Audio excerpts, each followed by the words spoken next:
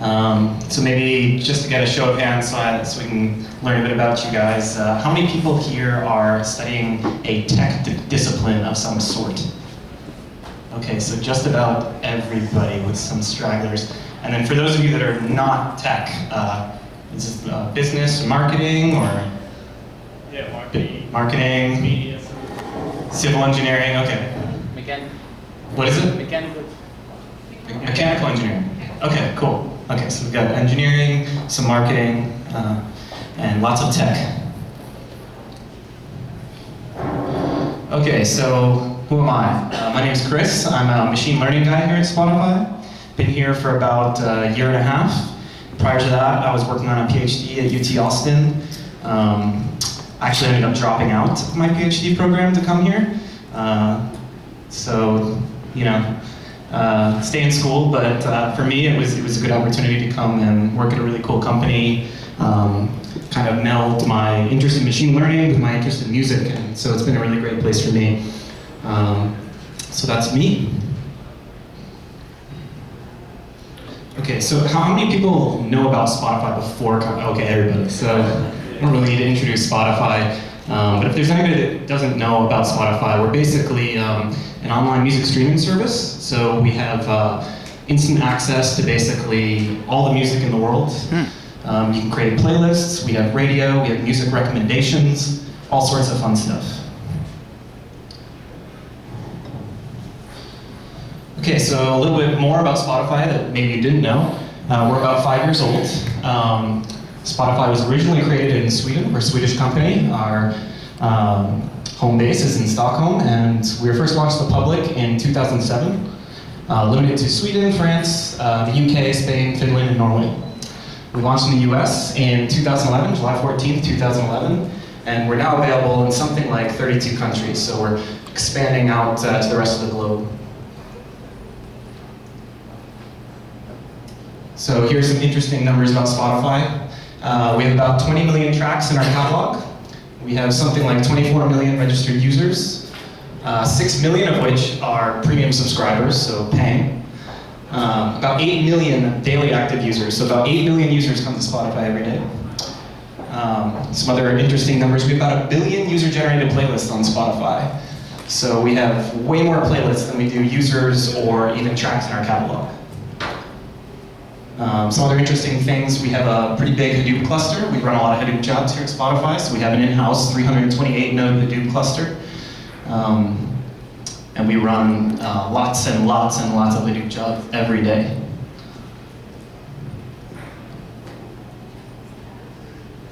Okay, so for the business people in the audience, here's a little bit about Spotify's business model. We're based on a freemium model, which basically means that we have an ad-supported free service. So for free users coming into Spotify, we provide the service completely free. You can come in and stream anything you want, but that comes with a caveat that you will receive ads. Additionally, the free service is only available on desktop and web at the moment, though you can expect a free service on mobile to be coming up soon. It'll be similar, but yeah. So it's freemium because we basically allow you to come in free and get ad-supported service, but we also offer a premium service.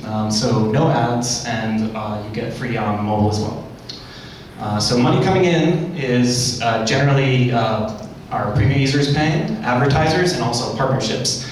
I'm not exactly sure on the cut, but I think it's something like 80% is actually from our premium users. So we get quite a bit of money in from our premium users. And the money out is going to go out to the labels and license holders and trickle down to the artists themselves. Okay, here's just some fun facts about Spotify. So what do we have here?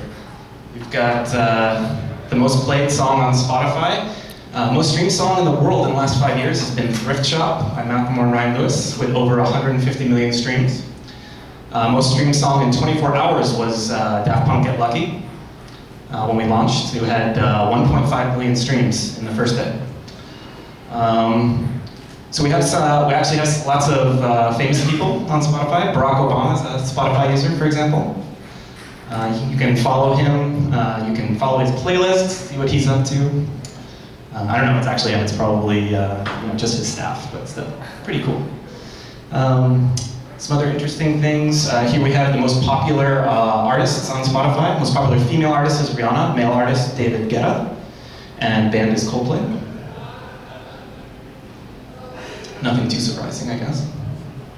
Okay, so here's a little bit about the tech structure here at Spotify.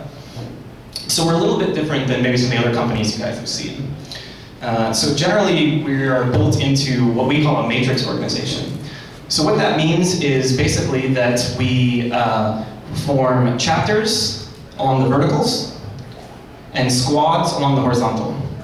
And so chapters are basically, you can think of them as groups of engineers who work in the same sort of vertical. So that'd be front end, back end. I'm a machine learning engineer, so I'm in a machine learning chapter. We have data analytics, QA, so these are some examples of what chapters would be. And then what we do is we form squads along the horizontal. So members of different chapters will come together and form a squad. And basically a squad you can think of as groups that will work together on a similar feature or infrastructure. So for example, we have a radio squad, or we have an ad squad, or a social squad. And so each of these squads is made up of different chapters, members from different chapters, and you can think of them as basically, we want to be autonomous. Okay, so each squad should be very autonomous, should be able to deploy their own code with very little, if not any, dependencies to other squads. And so what that allows us to do is move very quickly. So we can develop and iterate very quickly, very autonomously, and with very little dependencies. And so that's basically the idea behind the matrix structure. You can think of squads as like a mini startup, really. That's a good way to think of it.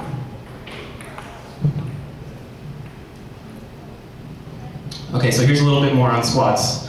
So yeah, basically everything that I just said. A squad is autonomous. They decide how to implement their features. They decide on the development process. Treat them as mini startups. And they work together with a product owner that will manage the backlog and take care of all their external communication, etc. And so this is, maybe a little bit better picture here. So you can see here we have in the green are the chapters. And then in this case, in the vertical, we have squads. And then we have this idea of tribes and guilds, just to make things even more complicated.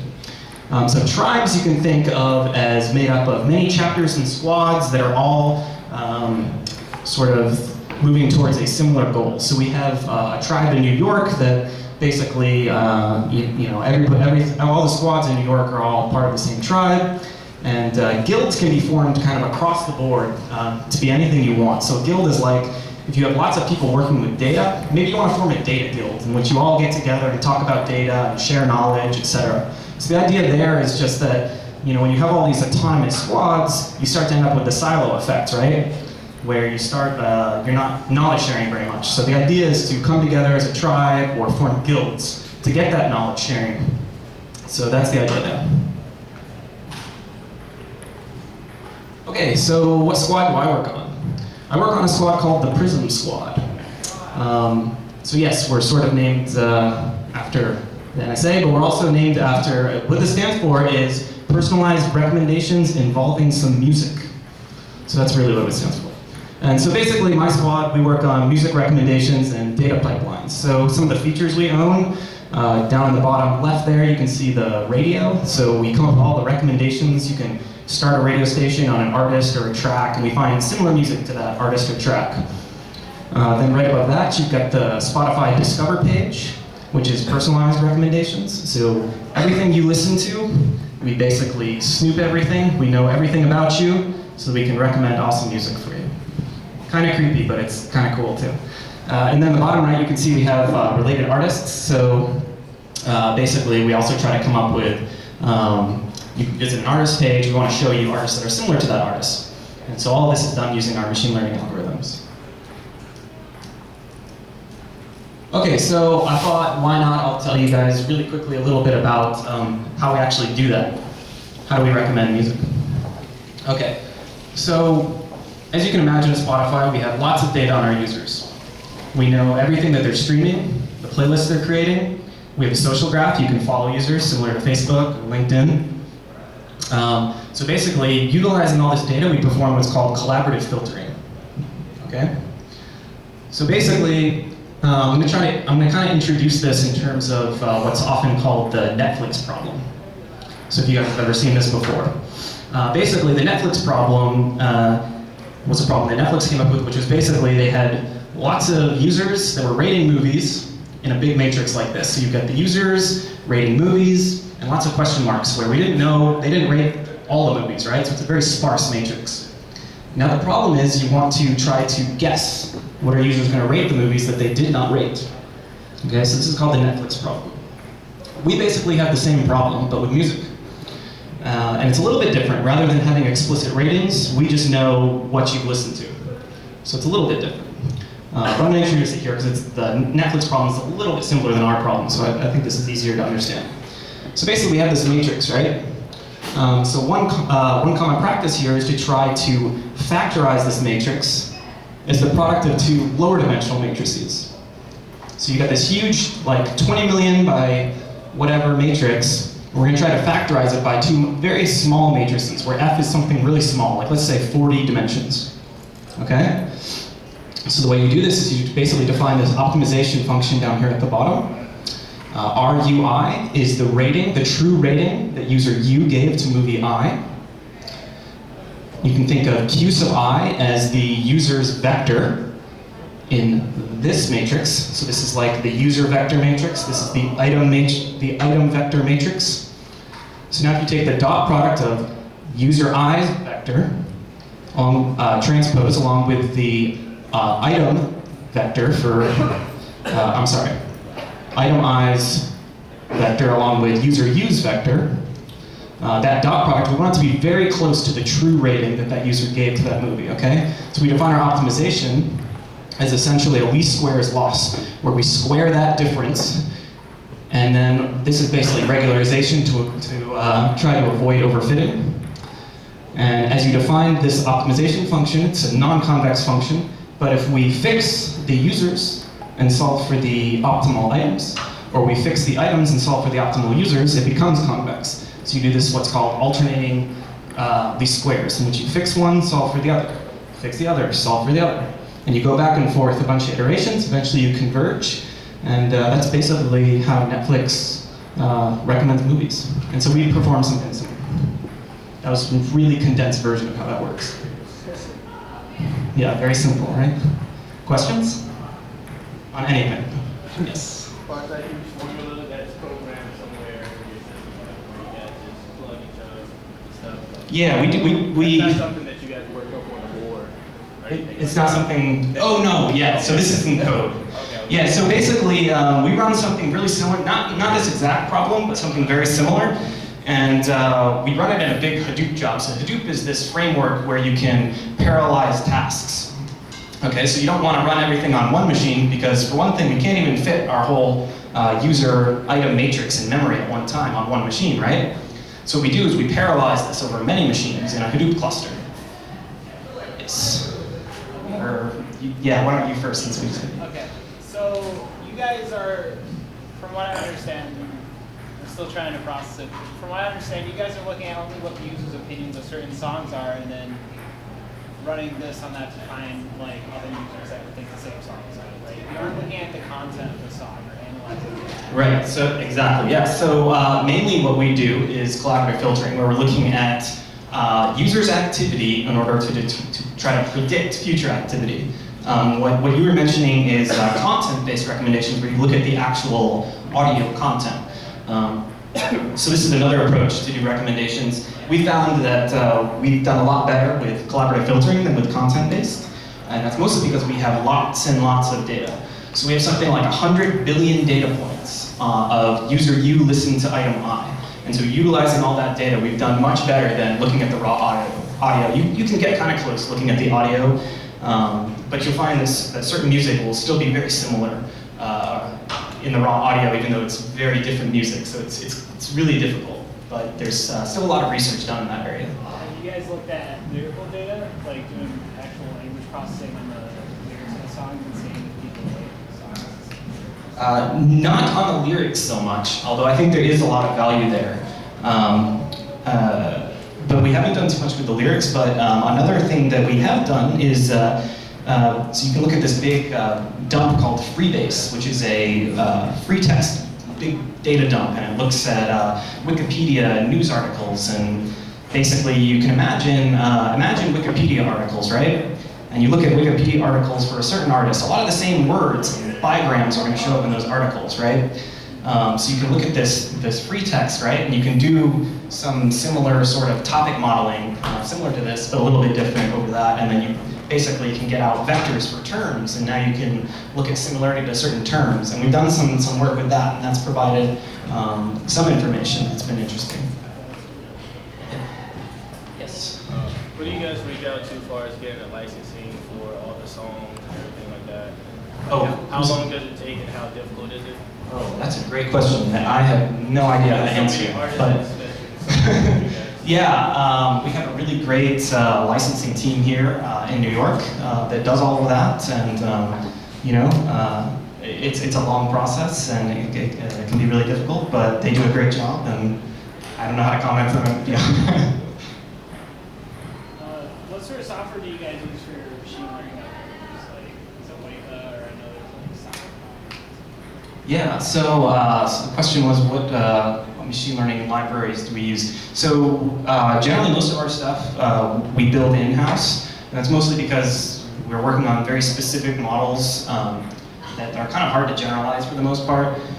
But for certain things we'll use some libraries here and there. So scikit-learn, we do a lot of Python, so scikit-learn is one library we'll use every once in a while when we're doing certain things.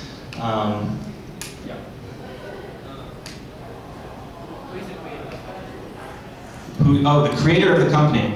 So the company was founded back in 2006, 2007 by the CEO Daniel Ek. And what? He's in Stockholm, Sweden, where the headquarters of the company is. Yeah. And another guy, Martin Lawrenson, is the co-founder. Yes.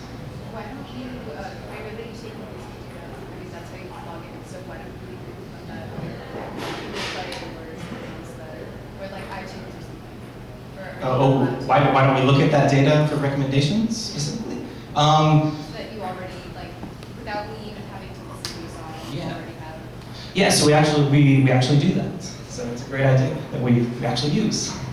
So that's an additional data source we look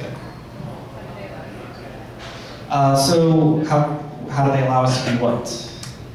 You look at Google Play or iTunes? Not Google Play, no, I thought you were asking iTunes. So when you come into Spotify, you can load your entire iTunes library into Spotify's client. And so when you do that, we now know all of your iTunes music, so we know a little bit of something about you before you even played something. Will Google let us do that? No, so Google Play is a completely different music streaming service, right? So you can't really load your Google Play library into Spotify per se, but iTunes library is your own personal music that you own. So we allow you to put that into the Spotify client because some of the music you own might not be on Spotify, for example. Yes, and maybe just a couple more because I don't know how much time we have. Where would someone with a media or marketing degree fall into, Spotify? Like what would be our role at Spotify? Yeah, so we have a really great marketing team here at Spotify that does lots of interesting things. So if marketing is your interest, feel free to talk to Jen or anybody else about opportunities there. Other opportunities, we have a licensing team if you're interested in licensing. If you're interested in working directly with the labels, we have a really great label relations team here in New York. So I think there's lots of other places. Yes? Sorry, are you referring to electronic marketing or the traditional marketing? Yeah. Both. Is it, which one of those marketing do you do? Is it the electronic marketing, the web marketing, or the traditional marketing?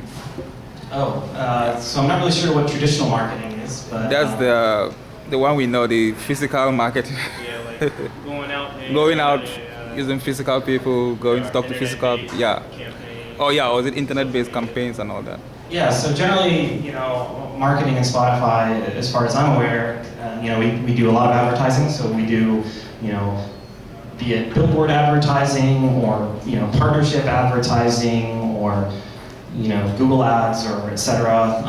That's a big part of advertising. Another big part of advertising and marketing in general, as I see it, is branding, right? Building the Spotify brand. So we have a whole team that works just on building sort of the Spotify brand. What makes Spotify cool? Why should you be interested in Spotify? How do you build that brand? So it's another team who could be interested. Maybe just these two, and then we'll be done. Yeah. So I actually have two questions. The first one is I really like your organizational structure. So in your squad team, what kind of people are you carrying? Do you carry interns to help them get involved in the team project? Is that something you The question is, do we have internships or? Yeah, if that's Yeah. So so the question is, what do we do with internships? So we do summer internships. We also do actually semester-long fall and spring internships. So specifically on my squad, we actually have 2 fall interns working, I think 30 hours a week. They work here in the office. And one is working on genre classification, so how can we classify the genre of music? Since we don't actually have very good genre data here at Spotify, amazing. So that's one project that someone's working on. Another project is another intern is working on how do you recommend what users to follow. So we have the social graph, and how do you, based on the social graph and based on your music taste, how do we tell you, hey, you should be following this person? Similar to how Facebook or LinkedIn would do that.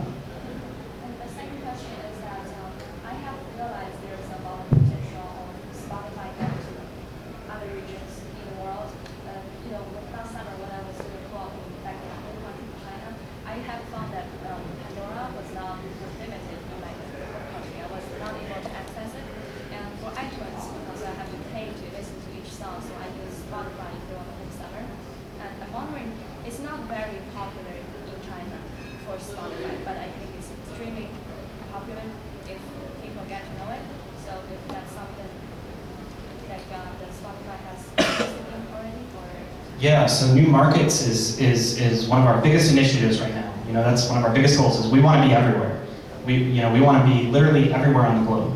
And so it's a long process of, going into these new markets, going to these new countries and convincing them that, Spotify should be available here and that music of this country should be available on Spotify. So coming to new markets can often be difficult. I can tell you that, for example, the Japanese market is a very difficult market to get into. It's a very sort of old school market. It has a lot of traditions. And so it's actually the biggest CD market in the world is in Japan. So there's a lot of music purchases in Japan is still done on compact discs. So this is a market, where trying to convince them that, this digital streaming model is sort of the new model of the future can be difficult. So it's going to be a long process, but yeah, it's something we're trying to do. I find it really strange because in my home country, I know that users prefer, like young generations prefer to hear global music, especially from US, and we don't have most up-to-date new musics. And some of the providers I found out that they're not very organized, so I think there's a big potential in that market. Big potential for... Going to Asian market. Yeah, definitely. I agree, definitely. You had a question? The question is, does Spotify publish music directly with new artists? Generally, if you're an artist and you want to get your music on Spotify, you either need to go through a music label or a distributor. So you cannot put your music directly on Spotify. That said, we are also moving into the direction of Spotify original content as well.